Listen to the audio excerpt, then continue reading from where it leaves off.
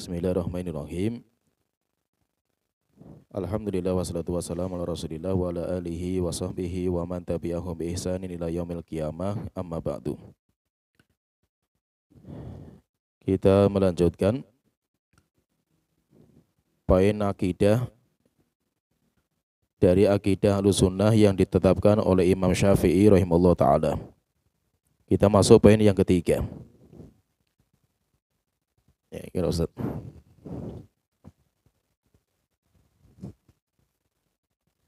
Poin yang ketiga, menetapkan takdir yang baik dan yang buruk.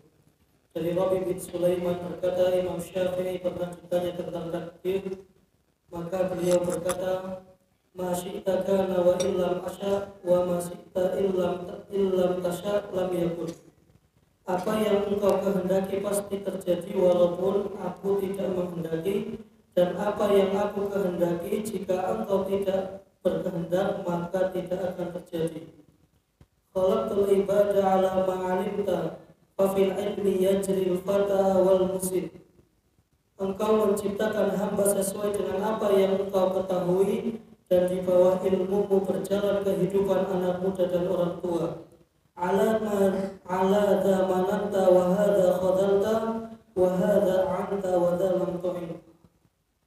Kepada ini engkau berikan karunia dan kepada itu engkau hinakan, ini engkau bantu dan itu engkau bantu. Fa minhum syaqiyyun wa minhum sa'idun wa minhum qabihun wa minhum hasan. Ada di antara mereka yang celaka, ada pula yang bahagia, di antara mereka ada yang jelek, ada pula yang baik. Manaqib Asy-Syafi'i. Ya, kita masuk di poin yang ketiga, yaitu Imam Syafi'i menetapkan takdir yang baik dan yang buruk. Sebagaimana dalam hadis Rasulullah SAW ketika beliau ditanya oleh malaikat Jibril, dinamakan dengan hadis Jibril. Malaikat Jibril bertanya kepada Rasulullah tentang iman. Ya Muhammad, akhbirni anil iman. Wahai Muhammad, kabarkan kepada saya tentang iman. Maka Rasulullah mengatakan, antu'mina billahi. Kamu beriman kepada Allah, wa malaikatihi, malaikat, wa kutubihi, kitab, wa rasulihi, dan rasul, wa tu'mina bil qadari khairihi wa syarrihi. Dan kamu beriman kepada takdir yang baik maupun yang buruk. Maka takdir itu ada yang baik, ada yang buruk. Versi kita sebagai objek yang mendapatkan takdir. Sedangkan versi Allah dalam mentakdirkan, maka semua yang Allah tetapkan pasti baik. Jadi takdir itu ada dua versi. Yang pertama, versi Allah yang mentakdirkan, maka perbuatan Allah ketika mentakdirkan, semua yang Allah takdirkan pasti baik. Karena pasti ada hikmah di balik itu. Tapi bagi kita yang menjadi objek turunnya takdir Allah, maka ada yang baik versi kita, ada yang buruk versi kita. Misalkan saya contohkan, ketika Allah mentakdirkan kita untuk jatuh dalam dosa, misalkan kita ditakdirkan berzina. Zina bagi kita, versi kita tidak baik, sehingga itu dosa dan kita harus bertobat kepada Allah Ta'ala. Tapi Allah ketika mentakdirkan kita berzina, pilihan Allah ketika menakdirkan kita berzina itu baik. Kenapa? Karena di balik perzinahan kita ada hikmah yang Allah inginkan. Yaitu apa? Supaya kita bertaubat kepada Allah Ta'ala. Supaya kita istighfar kepada Allah Ta'ala. Supaya kita bersimpuh di hadapan Allah Ta'ala. Allah menciptakan iblis. Versi Allah, iblis itu baik. Baiknya di mana? Karena di balik iblis banyak kebaikan. Dengan adanya iblis akhirnya ada sabar, ada tawakal, ada jihad, ada ibadah, dan yang lainnya. Semuanya kan ada iblis. Tapi bagi kita versi manusia, iblis bagi kita tidak baik. Kenapa? Karena iblis yang menjumuskan banyak manusia kepada kesesatan. Jadi maksudnya takdir yang baik dan buruk itu versinya kita, bukan versinya Allah Ta'ala. Kemudian berkaitan masalah takdir, iman kepada takdir tidak akan sah sampai kita beriman kepada 4 perkara. Jadi cara kita beriman kepada takdir adalah kita beriman kepada 4 perkara. Yang pertama, beriman kepada ilmu Allah. Yaitu ada 4 perkara. Beriman kepada ilmu Allah. Yang kedua, beriman kepada pencatatan Allah di Lauhul Mahfuz. Pencatatan Allah di Lauhul Mahfuz. Yang ketiga, beriman kepada kehendak Allah. Yang keempat, beriman kepada penciptaan Allah. Jadi kalau kita mau beriman kepada takdir, kita harus beriman kepada 4 perkara ini. Beriman kepada ilmu Allah, penulisan Allah di Lauhul Mahfuz, kehendak Allah, dan penciptaan Allah Ta'ala. Maksudnya apa? Maksudnya, kalau kita beriman kepada takdir, misalkan, kita ditakdirkan untuk kecelakaan. Naik motor, kemudian hujan, kemudian jatuh, kemudian kita sakit. Harus masuk rumah sakit. Kita harus percaya bahwa kejadian ini, jatuhnya kita, kecelakaan kita, itu terjadi karena takdir Allah Ta'ala. Dan kita yakin, Ahlus Sunnah yakin ini takdir Allah Ta'ala.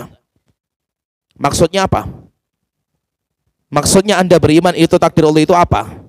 Maksudnya, saya meyakini bahwa Allah sudah tahu kejadian ini sebelum terjadi. Itu ilmu Allah Ta'ala. Yang kedua, dan Allah sudah menulis kejadian ini di Lauhul Mahfuz 50.000 tahun sebelum Allah menciptakan kita. Ini yang kedua. Yang ketiga, dan Allah menghendaki kejadian ini untuk terjadi. Sehingga terjadinya ini karena kehendak Allah Ta'ala. Yang keempat, kejadian ini adalah makhluk yang Allah ciptakan. Nah, jadi semua kejadian yang besar maupun yang kecil, hatta jarum jatuh. Ada jarum jatuh, saya percaya bahwa jarum jatuh ini karena takdir Allah Ta'ala. Maksudnya apa? Allah mengetahui jarum jatuh ini sebelum terjadi. Yang kedua, Allah mencatat jatuhnya jarum ini di Lauhul Mahfuz 50.000 tahun sebelum Allah menciptakan langit dan bumi. Yang ketiga, Allah menghendaki jarum ini untuk jatuh. Yang keempat, dan Allah menciptakan jatuhnya jarum. Jadi itu makhluk yang Allah telah ciptakan. Jadi orang yang beriman kepada takdir harus beriman kepada 4 perkara ini. Beriman kepada ilmu Allah, beriman kepada penulisan Allah di Lauhul Mahfuz, beriman kepada kehendak Allah, beriman kepada penciptaan Allah Ta'ala. Al-Imam Syafi'i rahimahullah ta'ala dalam ucapan yang lain beliau mengatakan, Nadhirul qadariyata bil ilmi. Jadi orang yang menolak takdir namanya qadariyah. Kelompok sekte yang menolak takdir Allah dinamakan dengan qadariyah, dan itu muncul di akhir zaman sahabat. Sahabat masih hidup, mereka sudah muncul kelompok yang menyimpang. Dan qadariyah terbagi menjadi 2. Yang pertama, dihukumi sebagai orang kafir. Qadariyah, tapi mereka dianggap sebagai orang kafir keluar dari Islam. Ini yang pertama. Yang kedua, qadariyah yang dicap sebagai ahlul bidah, tapi dia masih muslim. Jadi pengingkar takdir itu ada 2. Orang yang mengingkari takdir sampai tingkatan kafir, keluar dari Islam. Yang kedua, orang yang mengingkari takdir, dia keluar dari Ahlus Sunnah, bukan Ahlus Sunnah, tapi dia masih muslim. Bedanya apa? Siapa yang mengingkari 2 poin pertama, ilmu Allah dan penulisan Allah di Lauhul Mahfuz, maka dia kafir. Misalkan orang mengatakan Allah tidak tahu kejadian ini sebelum terjadi, kafir orang itu. Oleh itu kenapa ulama-ulama kita mengkafirkan Ibnu Sina? Jadi Ibnu Sina walaupun dia dalam ilmu kedokteran menjadi rujukan dunia, tetapi kalau secara akidah ulama sudah mengkafirkan beliau. Di antara poin kenapa ulama mengkafirkan Ibnu Sina, karena beliau mengingkari ilmu Allah terhadap sebuah kejadian sebelum terjadi. Beliau akidahnya seperti itu. Allah tidak akan tahu kejadian sampai kejadian itu terjadi. Maka dikafirkan oleh para ulama. Kafir, keluar dari Islam. Maka siapa yang mengingkari ilmu Allah atau mengingkari penulisan Allah terhadap kejadian tersebut di Lauhul Mahfuz, maka dia kafir. Keluar dari Islam. Sehingga sudah bid'ahnya itu mukafirah, bid'ah yang mengeluarkan orang dari Islam.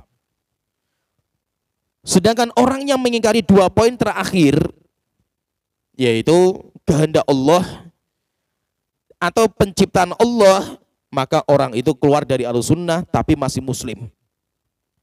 Misalkan kalau ada orang mengatakan orang yang mencuri Allah tidak menghendaki, karena Allah tidak menghendaki pencurian, tapi orang itu yang menghendaki sendiri. Orang yang mengatakan seperti ini, maka kita katakan orang itu ahlul bid'ah, keluar dari Ahlussunnah, tapi orang itu tidak bisa dikafirkan selama dia masih menetapkan ilmu Allah dan penulisan Allah di Lauhul Mahfuz. Tetapi kalau sudah sampai mengingkari ilmu Allah dan pencatatan di Lauhul Mahfuz, maka orang itu kita cap sebagai orang keluar dari Islam, kafir. Sehingga nanti bid'ah itu ada 2. Malah ulama bagi menjadi 3. Ada bid'ah yang mengeluarkan dari Islam, namanya mukafirah. Yang kedua, ada bid'ah yang mengeluarkan dari Ahlussunnah tapi masih muslim. Yang ketiga, ada juga bid'ah yang tidak mengeluarkan dari Ahlussunnah. Ini paham? Bid'ah, ini perkara bid'ah tapi tidak keluar dari Ahlussunnah, orangnya masih Ahlussunnah. Yaitu walaupun dia mengamalkan bid'ah, tapi bid'ahnya tidak mengeluarkan seseorang dari Ahlussunnah. Ini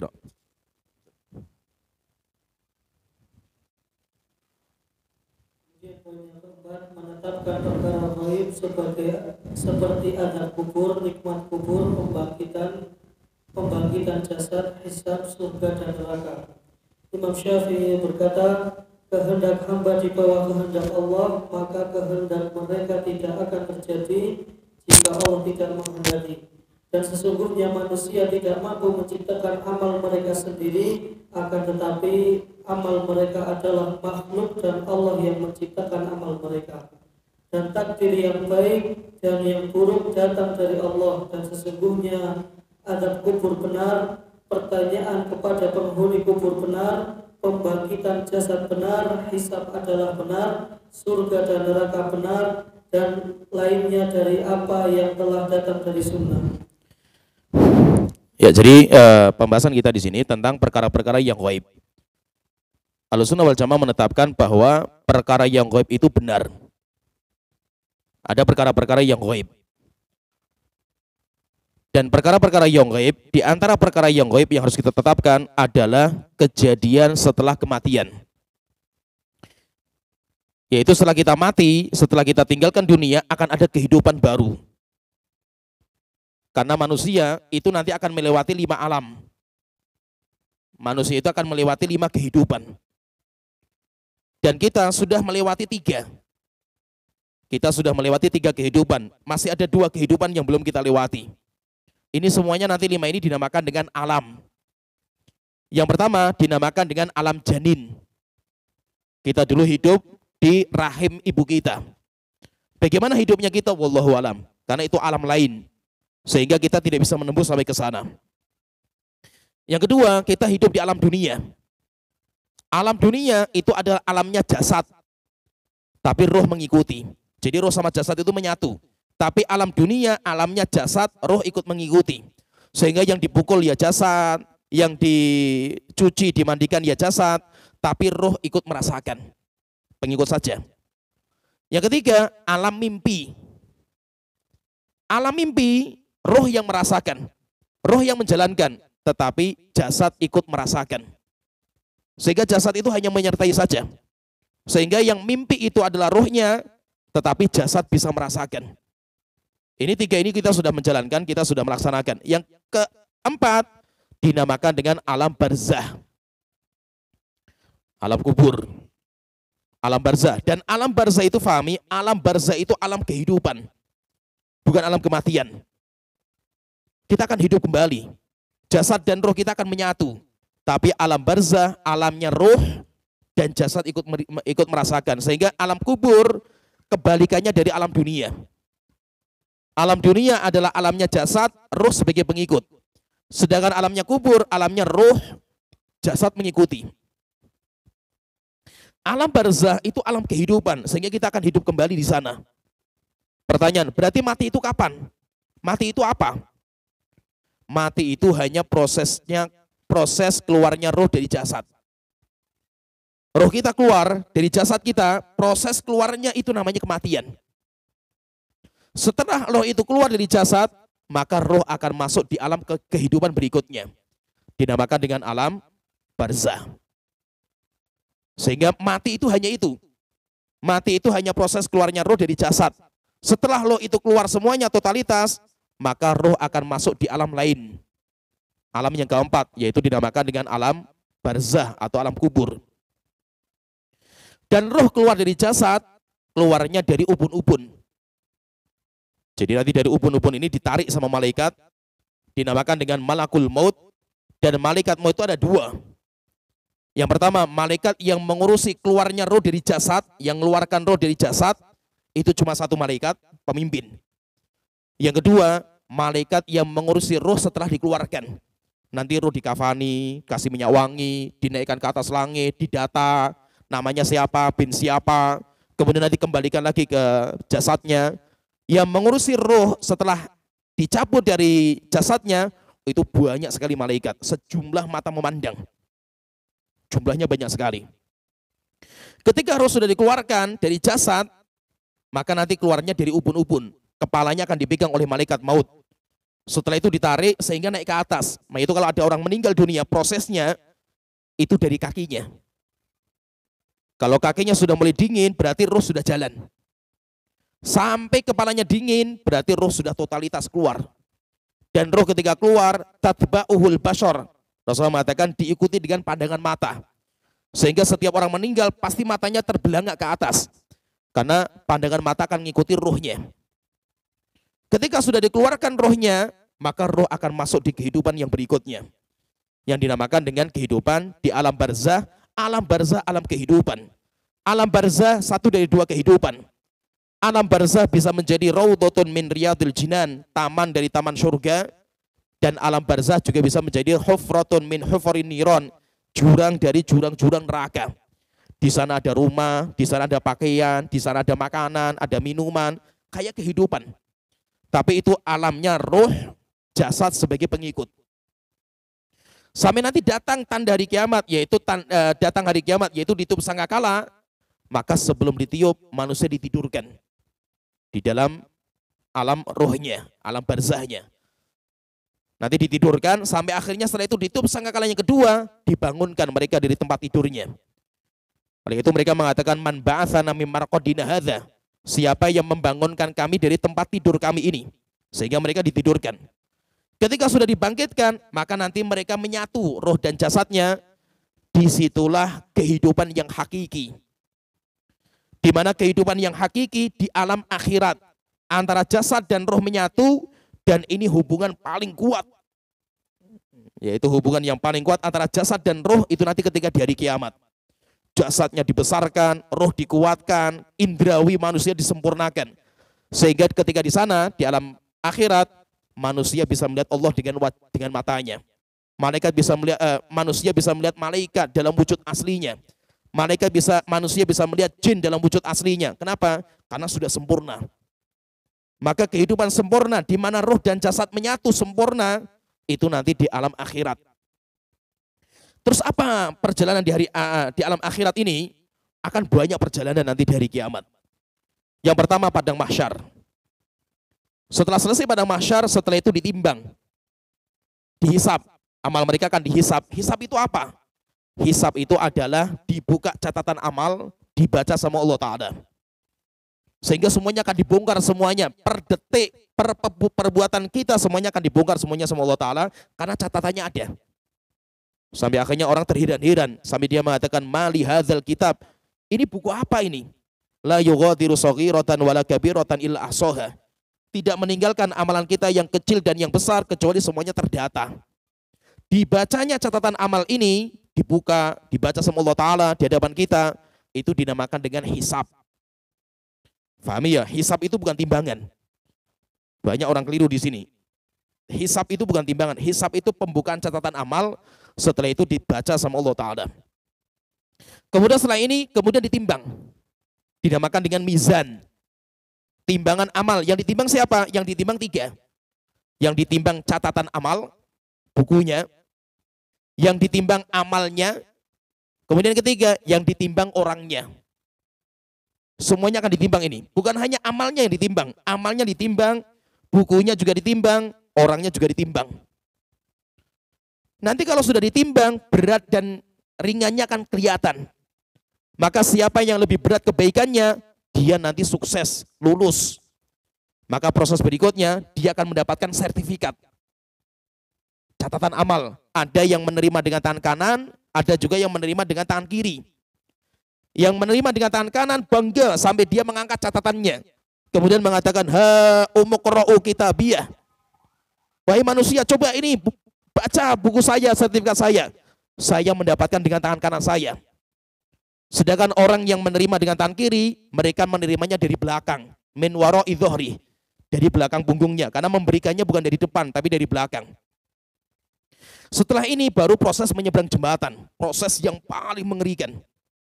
Menyeberang jembatan. Dan ketika menyeberang jembatan, manusia ada 3 macam. Yang pertama, najin makhdushun. Ya, yang pertama itu orang yang menyeberang jembatan, najin musallam. Yang pertama, dia orang yang selamat menyeberang jembatan tanpa rintangan. Nanti kecepatan mereka macam-macam, ada yang segede mata sampai, ada yang seperti halilintar, ada yang seperti kuda berlari, ada yang seperti orang berlari, kecepatannya beda-beda. Itu standarnya apa? Kata Syekh Utsaimin mengatakan, standarnya adalah cepat dan lambatnya kita menerima kebenaran di dunia. Kalau kita cepat menerima kebenaran yang sampai kepada kita, maka nanti kita akan cepat juga menyeberang jembatan. Ini yang pertama. Yang kedua, wanajin makdushun. Selamat sampai tujuan, tapi hancur-hancuran jasadnya. Kenapa? Karena ada kail-kail, kayak pancingan-pancingan yang akan menimpa jasad dia. Setelah itu ditarik, nanti dia pegangan, sobek badannya. Terus jalan lagi 1 langkah, ditarik lagi dengan kail, tarik lagi, dia bisa pegangan, tapi bisa selamat sampai tujuan. Kemudian yang ketiga, wa makdushun fi nari jahannam, orang yang berjatuhan ke neraka jahannam. Kenapa? Jembatan ini di atas neraka jahannam, bawahnya neraka. Kalau kita sudah selesai nyebrang jembatan, kita akan menuju tempat namanya kontoroh. Tempat namanya kontoroh. Di kontoroh dibersihkan semua kezaliman. Siapa yang menzalimi binatang dibalas. Bahkan binatang sama binatang dibalas sama Allah Ta'ala. Di kontoroh namanya. Kalau sudah dibersihkan di sini, baru orang diizinkan menuju pintu surga. Maka nanti orang menuju pintu surga, tapi surga nggak bisa dibuka. Kenapa? Karena yang bisa membuka pintu surga hanya Rasulullah SAW. Nanti ketika sudah dibuka sama Rasulullah, baru orang masuk surga rombongan pertama, rombongan kedua. Orang masuk surga itu rombongan. Dinamakan dengan zumroh. Maka ada namanya surat Az-Zumar. Wasiqal ladzina taqaw rabbahum ilal jannati zumara. Orang-orang yang masuk surga, mereka digiring rombongan-rombongan. Rombongan pertama, rombongan kedua. Bahkan rombongan yang pertama, jadi rombongan itu gandengan tangan. Rasulullah mengatakan dalam sebuah riwayat yang sahih, mutamasikun. Mereka bergandengan tangan ketika masuk surga. Ketika sudah masuk surga, baru nanti orang itu akan kekal dan abadi. Sehingga sudah tidak ada mati, kematian akan disembelih. Sehingga tidak ada lagi kematian, tidak ada sakit, tidak ada namanya bertambah umur. Sehingga manusia seperti itu sampai kekal dan abadi. Tidak pernah berakhir kehidupan mereka. Ikut. Poin yang kelima, menetapkan bahwa iman adalah ucapan, perbuatan, dan keyakinan, bertambah dan berkurang. Rabi bin Sulaiman berkata, aku mendengar Imam Syafi'i berkata, iman adalah ucapan, perbuatan, keyakinan dalam hati. Apakah engkau tidak melihat firman Allah Subhanahu wa taala, wa ma kana Allahu liyudhi'a imanakum, dan Allah tidak akan menyia-nyiakan imanmu. Surat Al-Baqarah ayat 143. Yang dimaksud dengan iman di sini adalah sholat kalian menghadap Baitul Maqdis. Allah di sini menamakan sholat dengan iman, dan sholat terdiri dari ucapan, perbuatan, dan hati. Dan Rabi bin Sulaiman berkata, aku mendengar Imam Syafi'i berkata, al-imanu qawlun wa amalun yazidu wa yanqus. Iman adalah ucapan dan perbuatan, bertambah dan berkurang. Ya, poin kelima, akidah Ahlussunnah wal Jamaah yang penting juga, yaitu beliau menetapkan bahwa iman adalah ucapan, perbuatan, dan keyakinan. Iman juga bisa bertambah, iman juga bisa berkurang. Berkaitan masalah iman, Ahlus Sunnah wal Jamaah meyakini iman itu ada 5 konsekuensi. Kalau kita menetapkan iman, iman itu nanti ada 5 kriteria. Yang pertama, iman itu bisa berupa ucapan dengan lisan, sehingga semua amal yang berupa ucapan semuanya adalah bentuk keimanan.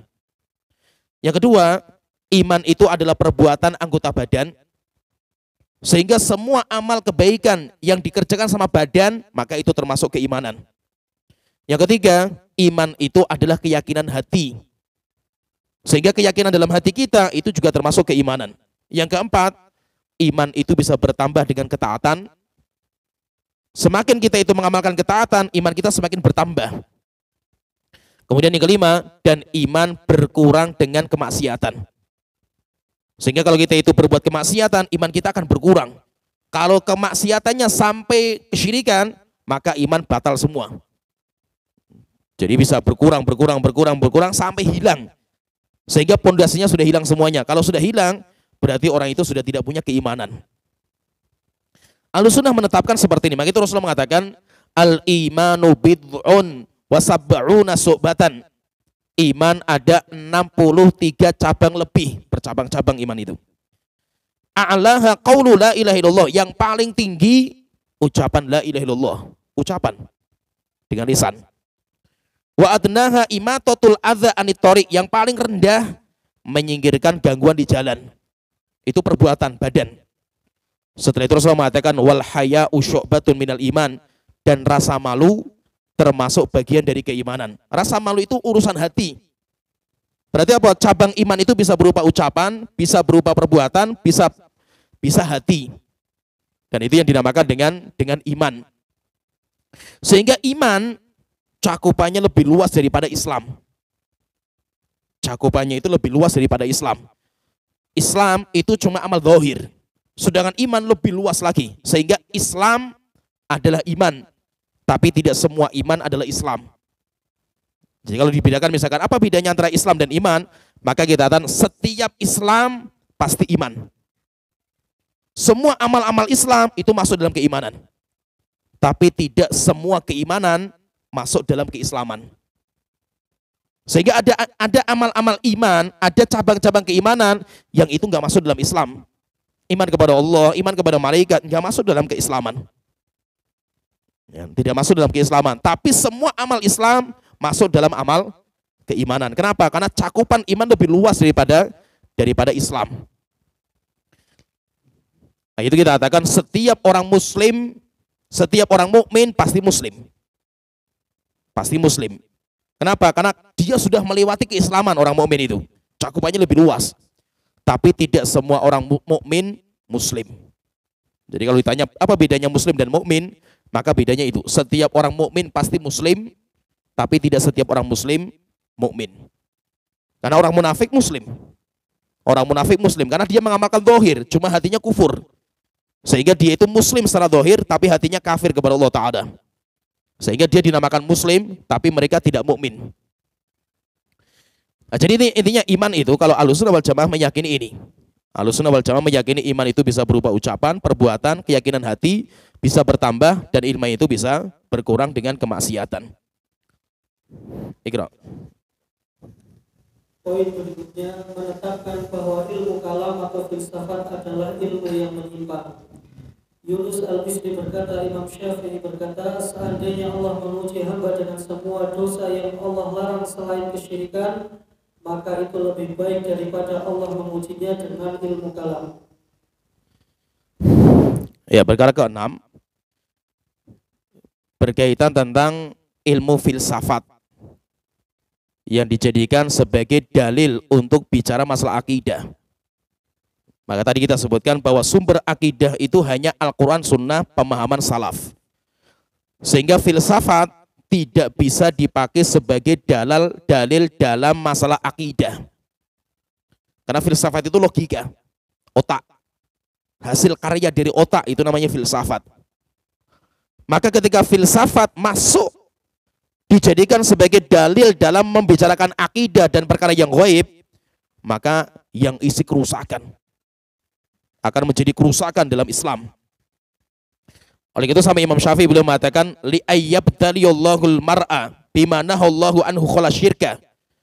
Jika seandainya Allah menguji manusia, Allah menimpakan musibah kepada seseorang semua dosa, zina, minum khamar, membunuh dan yang lainnya selain kesyirikan, itu lebih baik daripada Allah mengujinya dengan ilmu kalam, ilmu filsafat. Kenapa? Karena filsafat itu bahaya. Filsafat, Syekhul Islam beliau sendiri mengatakan, filsafat kalau dipakai untuk urusan duniawi, maka akan berkembang. Karena filsafat itu otak yang dipakai. Itu kalau dipakai untuk urusan duniawi, berkembang. Sehingga teknologi berkembang, kehidupan manusia berkembang. Kenapa? Karena filsafat. Sehingga fahami ya, filsafat itu enggak semuanya buruk. Filsafat itu baik sekali kalau dipakai untuk dunia. Tapi ketika filsafat dipakai untuk masalah agama, yang mana agama itu tunduk patuh kepada Allah Ta'ala, tapi akhirnya filsafat yang dipakai, maka isinya kerusakan. Nah itu ketika filsafat Yunani kuno, jadi yang pertama kali membawa kitab-kitab filsafat Yunani kuno, Aristoteles, Plato, Aristo, dan orang-orang Yunani lah. Mereka kan orang-orang filsafat Yunani kuno, filosof. Mereka punya buku-buku Yunani. Ketika buku-buku ini diterjemahkan ke bahasa Arab, kemudian dikaji oleh kaum muslimin, kemudian dijadikan sebagai standarisasi dalam beragama, akhirnya hancur-hancuran akidah kaum muslimin. Dan kapan itu? Penterjemahan buku filsafat ke negeri Islam diterjemahkan dengan bahasa Arab itu kapan? Di zamannya Al-Ma'mun. Yang tadi kita sebutkan sejarahnya tentang Imam Ahmad. Khalifah yang pertama kali membuat undang-undang Al-Quran makhluk. Nah itu dia, Al-Ma'mun ini. Sampai akhirnya ketika sudah diterjemahkan, filsafat dibaca oleh kaum muslimin, setelah itu menjadi ilmu kalam. Jadi ilmu kalam itu versinya Islam. Kalau versinya Yunani namanya ilmu filsafat. Jadi filsafat sama ilmu kalam itu sama, tapi kalau filsafat versinya orang kafir, kalau ilmu kalam versinya orang muslim. Nah filsafat ini apa? Filsafat itu apa? Filsafat itu adalah pendewa akal. Sehingga semuanya rujukannya otak. Semuanya rujukannya akal. Sehingga Allah perkara yang gaib. Allah dipelajari dengan otak. Sehingga nanti standarnya otak. Allah punya wajah enggak? Enggak boleh Allah punya wajah. Karena Allah punya wajah, Allah sama dengan hamba. Siapa yang bicara seperti ini? Otak manusia. Sehingga otak ini akan tabrakan dengan wahyu. Otak itu akan tabrakan. Maka kenapa Imam Ahmad sampai berani menyerahkan nyawanya untuk membela Al-Quran itu bukan makhluk? Karena kalau seandainya Al-Quran makhluk, tabrakan dengan otak saya yang makhluk, sama-sama makhluk. Sehingga kalau Al-Quran berbeda dengan otak saya, maka Al-Quran bisa dikalahkan. Kenapa? Karena sama-sama makhluk. Maka ulama Ahlussunnah tidak main-main membela akidah Al-Quran kalamullah bukan makhluk, enggak main-main. Kenapa? Karena mereka tahu di balik akidah itu. Kalau seandainya Al-Quran itu bukan makhluk, maka tidak bisa dibandingkan dengan otak manusia yang makhluk. Sehingga kalau terjadi kontradiksi antara akal dengan wahyu, wahyu lebih didominankan daripada akal manusia. Sedangkan mereka enggak, filsafat enggak seperti itu. Filsafat mainnya otak. Standarisasi mereka akal. Sehingga mereka enggak peduli dengan wahyu ilahi. Wahyu itu enggak ada harganya bagi mereka. Yang menjadi standar mereka itu adalah akal. Lah akal perlu kita pahami. Akal adalah karunia terbesar yang Allah berikan kepada manusia. Kenapa? Karena dengan akal manusia bisa beda dengan binatang. Dengan akal manusia bisa mencerna firman Allah. Dengan akal manusia bisa mempelajari sabdanya Rasulullah. Maka dengan akal itu manusia bisa beda dengan binatang. Tapi ingat, akal itu seperti anggota badan. Kayak tangan, kayak mata, kayak kaki. Di mana anggota badan bisa bekerja sesuai dengan kadar kemampuan. Kalau dipaksa di luar kemampuan, maka anggota badan kita akan jebol. Seperti tangan. Tangan bisa nggak angkat buku ini? Bisa. Karena buku ini beratnya di bawah kemampuan tangan. Tapi kalau kita paksa tangan kita paksa mengangkat gunung, tangan kita akan jebol. Demikian juga otak kita. Otak kita itu punya kadar kemampuan. Kadarnya di mana otak kita ini? Ini pahami ya, penting ini. Akal kita hanya bisa mencerna kadarnya itu apa? Sesuatu yang bisa terindra. Bisa kelihatan, bisa didengar, bisa diraba, bisa dirasakan, itu bisa tergambar oleh otak. Sedangkan perkara-perkara yang nggak bisa terindra, nggak terdengar, nggak kelihatan dengan mata, tidak bisa diraba, otak kita tidak bisa mencerna. Maka perkara-perkara yang ghaib tidak bisa otak itu berbicara. Harus otak ini tunduk kepada wahyu. Karena wahyu yang bisa menetapkan. Sedangkan kalau akal dipaksa untuk mencerna perkara yang ghaib, otak kita akan jebol. Karena dia tidak akan mampu. Otak kita hanya bisa menggambarkan sesuatu yang bisa terindra. Contohnya misalkan gini. Ini sebagai contoh biar antum tergambar maksudnya. Antum bisa menggambarkan dengan otak itu caranya seperti apa? Yang pertama, bisa antum melihat benda itu langsung. Misalkan kalau saya katakan, saya punya bukunya seperti ini. Mengenal akidah Imam Syafi'i. Antum lihat, setelah itu saya tutup. Antum bisa menggambarkan nggak? Bisa, otak kita bisa mencerna, walaupun sudah selesai ini sudah nggak ada lagi. Bisa, karena sudah terindra. Atau, yang kedua, antum tidak melihat bendanya langsung, tetapi saya mendekatkan dengan benda yang mirip. Bendanya mirip. Contohnya misalkan ini, saya katakan, saya di rumah ada mobilnya sama dengan kijang ini, kayak gini persis, cuma warnanya merah. Ini mobil yang warnanya biru ada di sini, kijang persis. Saya punya mobil di rumah tapi warnanya merah. Antum bisa tergambar nggak? Bisa, karena melihat yang serupa, cuma beda warna saja. Atau yang ketiga, akal bisa menggambarkan dari pengabaran. Saya di rumah punya mobil kijang tahun sekian, warnanya biru. Antum bisa menggambarkan nggak? Bisa, karena saya ceritakan. Sehingga ketika satu dari tiga ini ada, otak kita bisa mencerna. Bisa melihat langsung, atau bisa melihat yang serupa, atau mendapatkan kabar secara detail dari orang yang pernah melihat. Bisa difahami ya?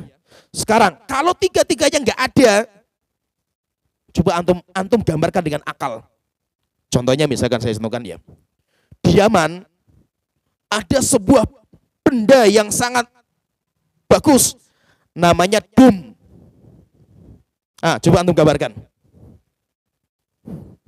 Ayo, dum itu apa? Dum itu apa coba? Apa yo? Dum itu apa yo? Nggak mungkin bisa antum, karena antum nggak pernah melihat. Antum nggak bisa melihat yang serupa. Antum nggak mendapatkan kabar dari orang yang pernah melihat. Tapi kalau saya kabarkan, dum itu buah dari daun bidara, pohon bidara. Pohon bidara itu ada buahnya. Buahnya itu kecil.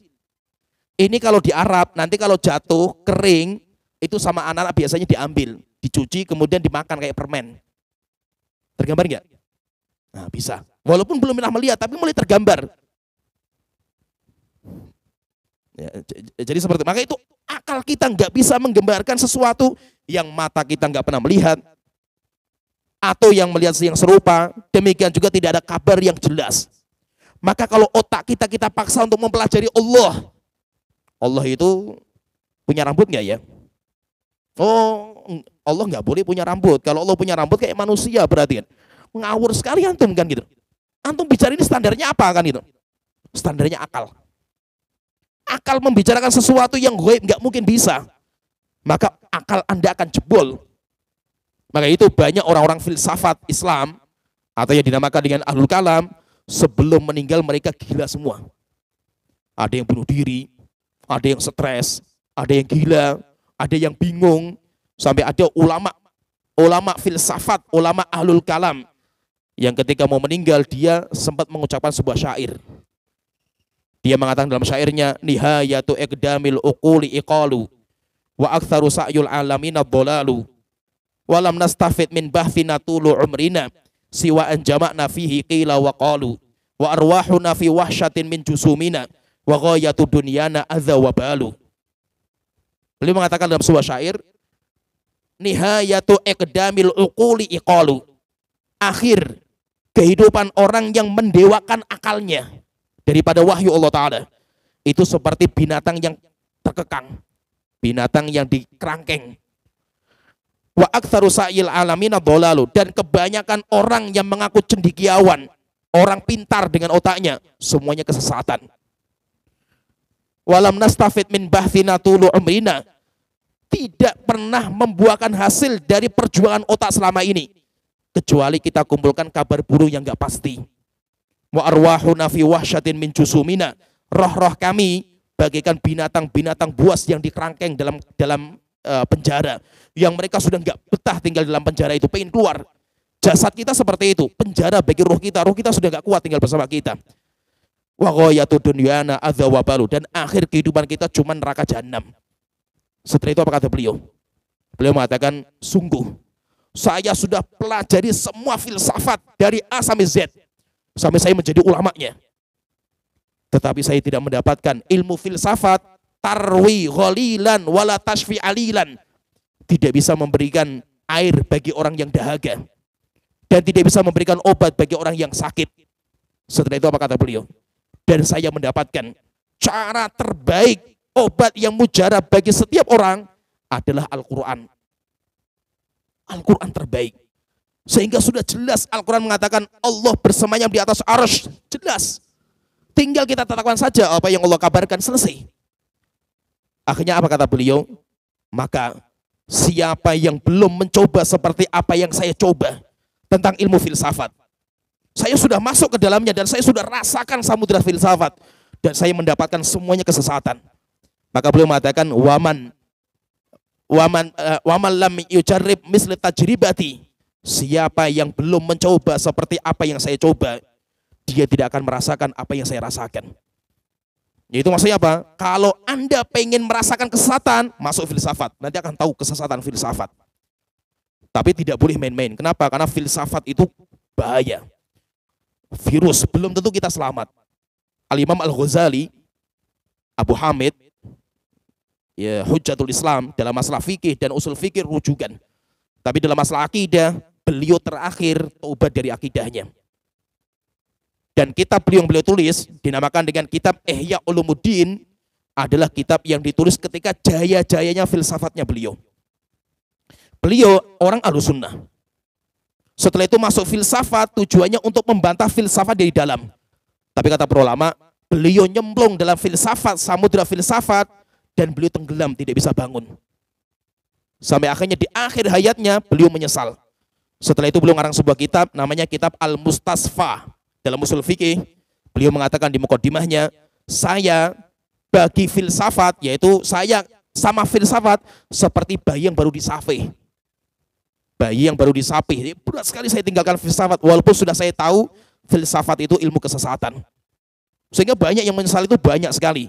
Tapi orang-orang tidak mengambil pelajaran dari ulama-ulama kita. Ulama-ulama kita sudah memperingatkan bahaya filsafat. Sampai Imam Syafi'i dalam ucapan yang lain mengatakan, hukumku kalau saya jadi penguasa, bagi orang yang belajar filsafat, saya akan hukum dia, saya ikat, naikkan di atas keledai, kemudian diarak di jalan-jalan, dipukuli pakai pelepah korma dan sandal. Saya katakan kepada orang itu, ini balasan bagi orang yang belajar filsafat dan meninggalkan Al-Quran dan Sunnah. Ulama-ulama kita sudah memberikan peringatan, cuma banyak orang yang tidak mau ngambil pelajaran. Ikra. Azan dulu, Pak.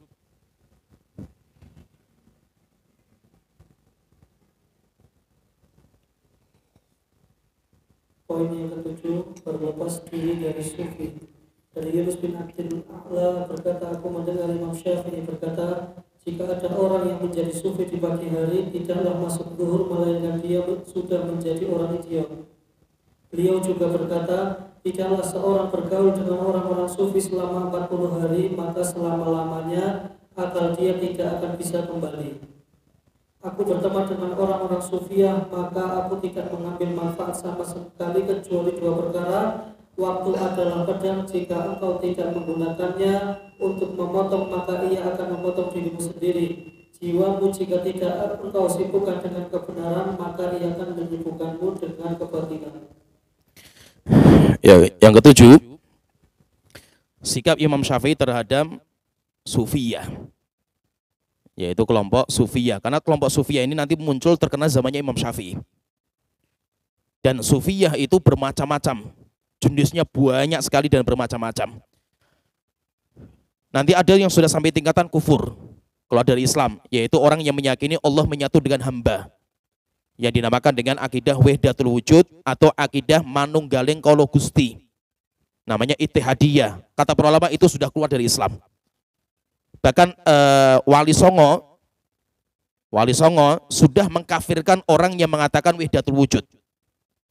Maka orang sufi yang ekstrim sebenarnya bukan sufi, mereka batiniyah, yang membagi Islam menjadi 4 tingkatan: syariat, thariqat, hakikat, makrifat. Kalau sudah makrifat, mereka akan menyatu dengan Allah Ta'ala, sehingga mereka lepas beban syariat. Maka boleh berzina, boleh minum khamar, nggak wajib sholat, nggak wajib puasa, karena sudah sampai tingkatan makrifat. Ini para ulama menghukumi mereka sudah kafir, keluar dari Islam, termasuk Wali Songo. Maka itu ketika ada orang yang membawa pemikiran ini ke Indonesia, yang membawa adalah Syekh Siti Jenar, maka sama Wali Songo dikafirkan sampai dihukum mati. Dan sejarahnya ada. Sejarah di Indonesia itu ada, bahwa Wali Songo mengkafirkan orang yang mengatakan wahdatul wujud dan dihukum mati, sampai disembelih sama Wali Songo. Dan sekarang gerakan mereka itu sedang bertarung ini, antara kelompok Siti Jenar dengan kelompok Wali Songo. Ini sekarang sedang bertarung di antara mereka. Karena mereka lagi ribut sekarang. Sufiyah semua. Semuanya sufi semua, tapi sufi ada yang ekstrim, hulu, ada sufi yang sederhana, yaitu yang biasa. Jadi sufi itu macam-macam. Nah, di zaman Imam Syafi'i muncul sufi-sufi yang mereka beribadah dengan musik-musikan. Kata Imam Syafi'i cuma mengkritisi mereka yang modelnya seperti ini. Maka Imam Syafi'i mengatakan, siapa yang dia pagi hari masuk kelompok sufi, tidak sore hari kecuali menjadi orang tolol dan idiot. Yaitu maksudnya apa? Otaknya hilang. Kenapa? Karena mereka itu orang yang paling nggak punya otak istilahnya kalau pakai Imam Syafi'i itu. Oleh itu kalau kita pahami dalam kitab Talbis Iblis Imam Ibnu Jauzi, silakan nanti dibaca. Talbis Iblis, hampir semua yang ditulis sama beliau jeratan iblis kepada orang-orang sufiyah. Kenapa? Karena itu yang muncul di zamannya beliau. Oleh itu maksudnya saya ingatkan di sini, intinya Imam Syafi'i keras sekali terhadap orang-orang sufiyah. Maka mazhab Syafi'i bukan sufiyah. Ini yang perlu saya ingatkan ya. Sehingga kalau kita itu belajar mazhab Syafi'i, fahami bahwa Syafi'i bukan sufiyah. Masalah lain sufiyah itu yang dimasukkan dalam mazhab Syafi'iyah. Ada enggak yang seperti itu? Ada yang memasukkan sufiyah ke dalam mazhab Syafi'iyah. Tapi Imam Syafi'i berlepas diri. Demikian juga ulama-ulama Syafi'iyah berlepas diri dari sufiyah, tapi dimasukkan.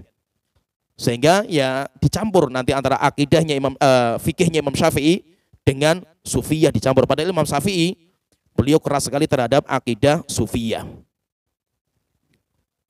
Ikra. Berlepas diri dari syahwat atau tipuan syaitan yang sering dinamakan karomah. Yunus As-Sadafi berkata, aku pernah berkata kepada Imam Syafi'i, sesungguhnya Imam Laith bin Sa'ad berkata, jika engkau melihat ada orang yang bisa berjalan di atas air, maka jangan langsung dianggap kehebatan sampai engkau menimbang perkaranya dengan Al-Quran dan Sunnah. Imam Syafi'i berkata, kurang pemaparan lain, semoga Allah Subhanahu wa Ta'ala merahmatinya. Bahkan jikalau engkau melihat ada orang yang berjalan di atas air dan terbang di atas langit, maka jangan langsung kamu benarkan sampai engkau timbang dengan Al-Quran dan Sunnah.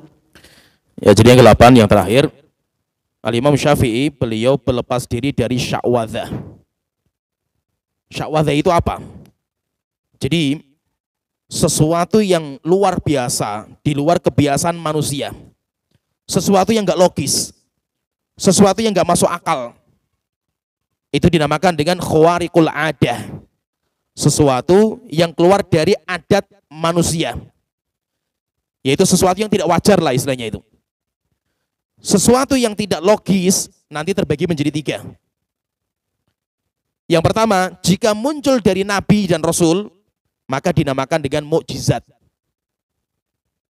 Seperti nabi bisa membelah rembulan, dan yang lainnya Nabi Musa merubah tongkat menjadi ular, lautan dibelah sama Nabi Musa. Ini namanya apa? Mukjizat, enggak masuk akal. Tidak masuk akal, itu namanya mukjizat kalau keluarnya dari nabi dan rasul. Kemudian yang kedua, jika keluarnya dari wali-wali Allah Ta'ala, orang-orang soleh, orang-orang yang bertakwa, maka dinamakan dengan karomah. Dinamakan dengan karomah, yaitu sesuatu yang luar biasa yang Allah berikan kepada orang-orang yang Allah cintai. Karena mereka orang-orang yang bertakwa dan beriman. Ini namanya karomah. Yang ketiga, jika muncul bukan dari 2 ini. Bukan dari nabi, rasul, bukan dari orang-orang yang Allah Ta'ala cintai, orang-orang yang bertakwa, maka itu dinamakan dengan sya'wadzah. Jadi ada mukjizat dari nabi, kemudian karomah dari wali, kemudian sya'wadzah. Bedanya apa ini? Nah, yang perlu kita bedakan itu antara sya'wadzah dengan yang lain. Karena antara mukjizat dan karomah itu sama, cuma beda orangnya saja. Tapi nanti yang membedakan itu adalah sya'wadzah. Kalau kita melihat sesuatu yang luar biasa, maka ada beberapa timbangan yang perlu kita timbang. Untuk membedakan ini itu karomah atau ini itu sya'wadzah. Kalau mukjizat sudah nggak ada. Sehingga mukjizat nggak usah kita bahas karena sudah nggak ada. Yang ada tinggal karomah atau mukjizat atau sya'wadzah. Bedanya apa? Maka nanti untuk membedakan ini itu sya'wadzah atau ini karomah, yang pertama dilihat orangnya siapa. Dia itu beriman dan bertakwa atau tidak. Dia mengamalkan sunnah atau tidak. Dia itu mengamalkan ibadah yang wajib atau tidak. Oleh itu kata Imam Syafi'i, kalau kamu melihat ada orang terbang di atas langit, berjalan di atas air, jangan dipercaya kalau itu tuh karomah. Sampai kamu timbang orangnya itu sesuai dengan sunnah atau tidak. Kalau orangnya saja sholat nggak pernah, orangnya saja nggak pernah mengamalkan ibadah yang sunnah, maka pasti itu adalah sya'wadzah, tipuan syaitan. Tidak mungkin itu adalah karomah yang Allah telah berikan kepada wali-wali Allah Ta'ala. Ini yang pertama, lihat dulu orangnya siapa.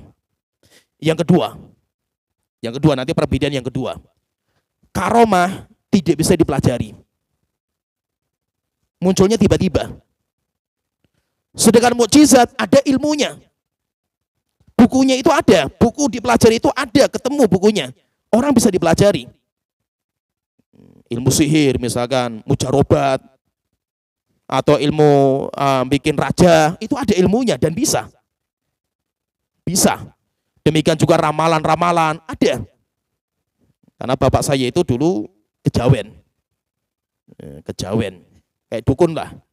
Sehingga biasa bapak saya itu ngeramal-ngeramal itu biasa. Dengan buku panduan, ada bukunya. Sesuatu yang bisa dipelajari, maka itu syaitan. Itu syaitan. Karena kalau karomah atau mukjizat tidak bisa dipelajari. Sehingga Nabi Musa itu nggak tahu caranya tongkat berubah jadi ular itu caranya seperti apa. Nggak ada caranya. Karena itu muncul secara tiba-tiba. Seperti Umar bin Khattab, beliau pernah ketika di masjid duduk, tiba-tiba beliau bisa melihat pasukan perang beliau yang dikirim. Setelah itu beliau mengarahkan kepada komandan perang, kamu ke sana, yang satu pasukan diarahkan ke sana. Itu muncul secara tiba-tiba, nggak bisa disengaja. Tidak bisa diilmukan, yaitu caranya itu seperti apa, nggak bisa. Tapi kalau ada ilmunya, caranya ada, bukunya ada, ininya ada, terapinya ada, maka itu syaitan. Itu dari syaitan. Kemudian yang ketiga, karomah tidak bisa diulang-ulang. Kalau bisa diulang-ulang, maka itu syaitan. Apalagi disengaja waktunya. Wah, misalkan tanggal sekian, nanti jam sekian, mau ada atraksi. Syaitan semua itu. Kenapa? Karena tidak bisa disengaja. Nabi Musa saja nggak bisa menyengaja tongkat jadi ular. Nggak bisa Nabi Musa menyengaja. Karena itu datangnya langsung tiba-tiba dari Allah Ta'ala. Dan tidak bisa diulang-ulang. Sehingga kehendak Nabi Musa jadi ular, nanti jadi ular lagi buat mainan, nggak bisa. Ya, itu datangnya secara tiba-tiba dan nggak bisa diulang lagi. Sehingga sesuatu nanti dari sini nanti kita bisa bedakan, oh ini sesuatu yang luar biasa ini itu dari syaitan atau dari Allah Ta'ala. Nanti kita lihat itu. Bisa kita lihat orangnya, bisa kita lihat itu bisa dipelajari ilmunya ada atau tidak, atau bisa diulang-ulang atau tidak. Kalau ada ilmunya, bisa terkadang luar biasa ada. Tetapi kalau itu ada bukunya, ada ilmunya, ada caranya, maka itu namanya sya'wadhah. Dan macam-macam nanti ilmu itu macam-macam. Macam-macam dan ilmunya itu ada dan bisa dipelajari. Bisa dipelajari. Ada namanya ilmu brojo musti. Ditembak nggak mempan. Ada juga nanti ilmu merogok sukmo. Sukmonya keluar bisa terbang kemana-mana. Kemudian nanti ada rawa-rawa rantek. Terus macam-macam lah. Film-film pendekar-pendekar zaman dulu kan itu. Anehnya itu ini yang jadi keanehan ya. Kita itu dicekoki dengan pendekar-pendekar top lah itu zaman dulu gitu. Tapi dijajah Belanda 350 tahun, pada kemana Malampir itu? Malampirnya hilang, Wiro Sablengnya hilang, semuanya hilang semua gitu. Pada kemana orang-orang hebat-hebat itu pada kemana kan gitu? Kenapa nggak muncul gitu? Pada kemana mereka kan itu? Sehingga fahami ya bahwasanya ilmu seperti ini semuanya dari syaitan. Ilmu kebal, demikian juga bisa semacam-macam lah itu syaitan semua. Dan Imam Syafi'i berlepas diri dari ilmu-ilmu seperti ini. Nah itu jangan, oh mazhab Syafi'i itu kayak gini. Mazhab Syafi'i dari mana? Imam Syafi'i nggak seperti itu. Sehingga jangan sekali-kali ada masalah di masyarakat langsung, oh ini mazhabnya Syafi'i, ini Syafi'iyah itu seperti ini. Enggak, Imam Syafi'i berlepas diri. Karena itu bukan Syafi'iyah. Nah itu tidak semua yang dijalankan sama orang-orang yang menisbatkan Syafi'iyah itu adalah mazhabnya Imam Syafi'i. Enggak semua. Kalau kita mau murni kembali kepada mazhabnya Imam Syafi'i, kita juga akidahnya Imam Syafi'i. Bahkan kita lihat juga di masyarakat kita, banyak fikih Syafi'i yang ditinggalkan oleh masyarakat kita. Kalau kita mau tulen bermadzhab Syafi'i, mazhab Syafi'i mewajibkan cadar bagi wanita. Cuma mazhab Syafi'i itu nggak main-main masalah cadar. Bahkan seorang wanita yang cukur rambutnya harus pendam. Kenapa? Karena rambut yang sudah terpotong tidak boleh dilihat sama selain mahramnya. Kenceng mazhab Syafi'i dalam masalah cadar, kenceng sekali. Tapi di masalah kita, yang cadar malah dicaci maki teroris kan gitu. Yang mencaci maki siapa? Yang mazhab Syafi'iyah juga gitu loh. Jadi aneh kan gitu loh. Nah ini mazhab Syafi'i yang mana kan gitu loh. Mazhab Syafi'i bercadar gitu loh. Dan itu wajib. Dalam mazhab Syafi'i wajib cadar. Tapi malah yang cadar malah dicaci maki. Nah ini aneh kan gitu. Nah itu tidak semua yang di masyarakat diamalkan dan dinasbatkan kepada mazhab Syafi'i itu adalah Syafi'iyah. Jadi fahami ya. Nah itu Imam Syafi'i berlepas diri dari semua ini. Dari Sya'wadhah, demikian juga Sufiyah, demikian juga yang lainnya. Ya sampai di sini, alhamdulillah kita sudah selesai pembahasan ringkas berkaitan dengan akidah Al-Imam Syafi'i rahimahullah ta'ala. Mudah-mudahan bisa difahami pembahasan kita dan mungkin sampai di sini yang bisa kita bahas.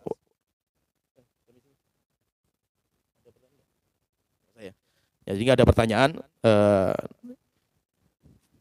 ya, sampai di sini wa akhiru da'wana alhamdulillahirabbil alamin sallallahu alaihi wa sallam. Assalamualaikum warahmatullahi wabarakatuh.